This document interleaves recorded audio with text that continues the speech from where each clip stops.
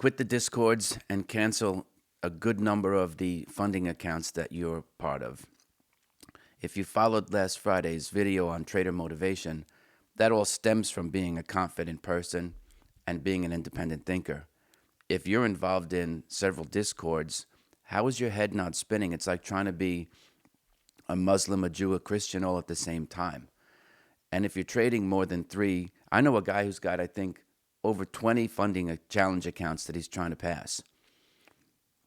To me, this is an act of desperation. And the only way that you ultimately traders trade their personality. You are who you are. Now, you can work on that over time. Typically, you can't change overnight. Some people can if they take a lot of drugs. But at the end of the day, you are who you are. Just like I am who I am. I'm constantly going to school on myself to understand why I do what I do. The good news, though, is I don't let outside forces, be it the television, any Twitter channels, any telegrams, any Slacks, any this or that, to infiltrate my own thinking. Trading is a lonely business. If you want a friend, get a dog, right? That's the famous line from the movie. I think it was Glengarry Glen Ross. I don't really remember, but I think that's it, Alec Baldwin's character. So you can't build a community to help you trade. You can build camaraderie, maybe you can build fraternity, but the idea that you have to be part of something as a trader is false, and you've been misled. The best traders I know who are solo artists, they're free climbers, solo climbers, however you want to call it, and they do their own thinking, and they go to bed with one foot on the floor just like I do. You can't buy your way out of your emotional discomfort, right? That's just not going to happen. And if you have several funding accounts, what the hell's the purpose of that? You're going to try to trade 20 different strategies to see which one works, so that one particular one, which is probably going to be luck, gets funded. And then what? How are you going to replicate it? You see what I'm saying? So save your money, folks. You could save yourself hundreds of dollars that you could be putting into your account, right? Because after a while, these things, your ship is leaking. And the best part about trading and doing it yourself, if you followed Friday's video of trader motivation, is that it builds your confidence.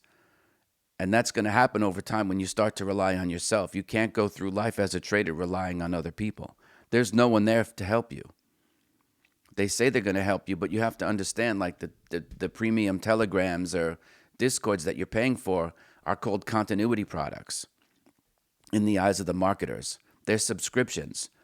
And they know there's a certain amount of churn, just like the New York Times has a sense of churn. They're going to lose a certain amount of subscribers every month. They'll gain a few new ones. So the net difference is the churn. But ultimately, they can count on that income. No difference than some financial advisor with $100 million at a wirehouse making 60 basis points a year paid quarterly. Their income becomes very, very predictable. Now, I have nothing against the people who are putting these things on. They're trying to hustle, make a living, right? It's the greater fool theory. But at the end of the day, if I have a gripe, it's with the people who subscribe to them. If you're going there to learn one specific thing, again, set yourself a time limit, 1, 2, maybe 3 months. If you haven't learned it in 3 months, guess what? It's not resonating with you. It's time to move on. You see what I'm saying? If you want market commentary, you could listen to any number of people. Brian Shannon does a market commentary, and he puts it out on Twitter. By the way, Brian's going to be on the show this week. I don't know if it's going to be tomorrow or the next day, but I had a good chat with him. We recorded it actually last Friday, and we talked about anchored VWAP. We also talked about how to trade that, both long-term and short-term setups. We talked about NVIDIA and the short squeeze on Carvana. I used a couple of the examples of my own trades in there, and we went over it. It's very, very enlightening. Very smart guy. But that's the kind of stuff, like, you can get that for free on Twitter. You don't have to pay for it. So as you move forward in your journey as a trader, and as you evolve as a human being, you are who you are. Ultimately, your personality is going to come out through your trading. And yes, trading's a lonely business, but you can join groups. You can do stuff after the markets are closed, right? You don't have to pay to belong to anything, right? You can come and watch all the videos on this channel. There's a million things that you can learn here. The goal is self-knowledge.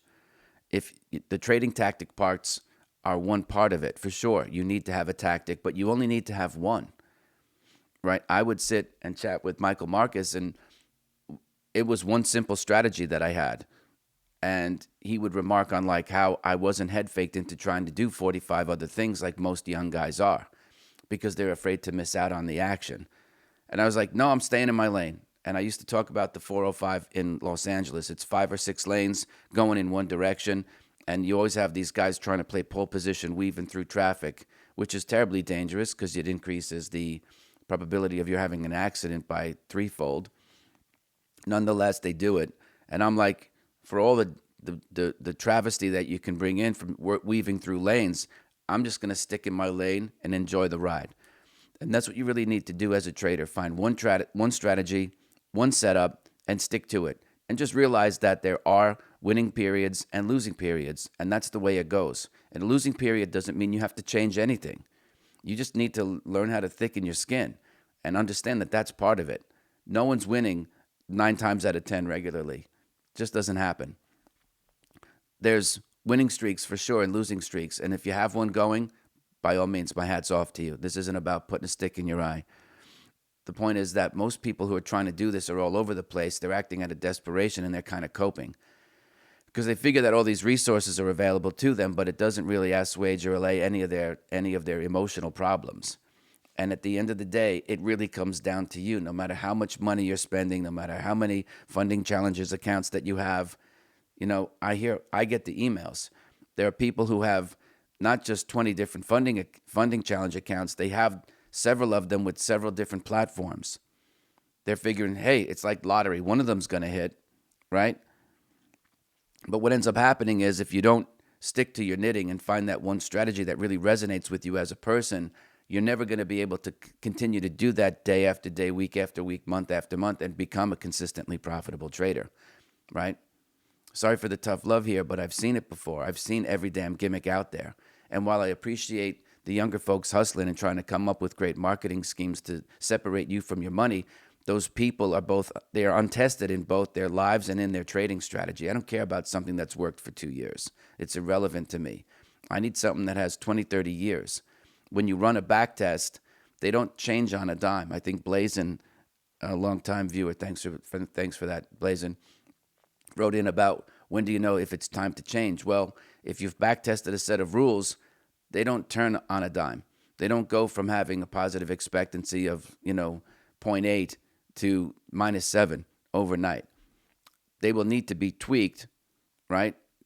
And don't forget, the expected value is a weighted average for the time period that you're testing. If you segment it, you might find that the same model over a certain window of time might have an expectancy of 1.2. There are other times, if you took out the worst periods, you could see the expectancy might be 0.2.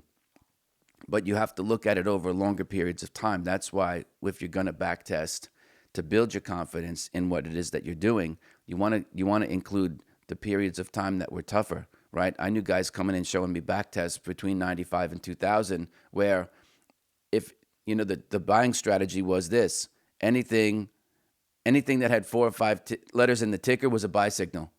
That was it. Didn't matter the price, quantity, industry, didn't matter. Because we were in a bubble. We were in a raging bull market. Didn't matter.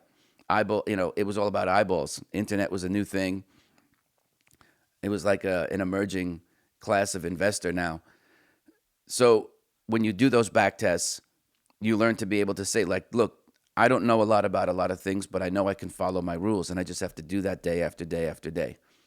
It's a lot like parenthood. So much of it is just showing up in many ways. You can't look at the results of any one particular trade or any one particular day and say, I've made it or I'm a complete failure. That's it's not a misnomer, but that's a misconception of what's going on in the business. Is you start to result, right? That's called resulting. You look at the outcome of a trade, then you backtrack it and say, okay, here's where I started, here's where I ended up. The result was good, therefore the system or the rules that I followed were good.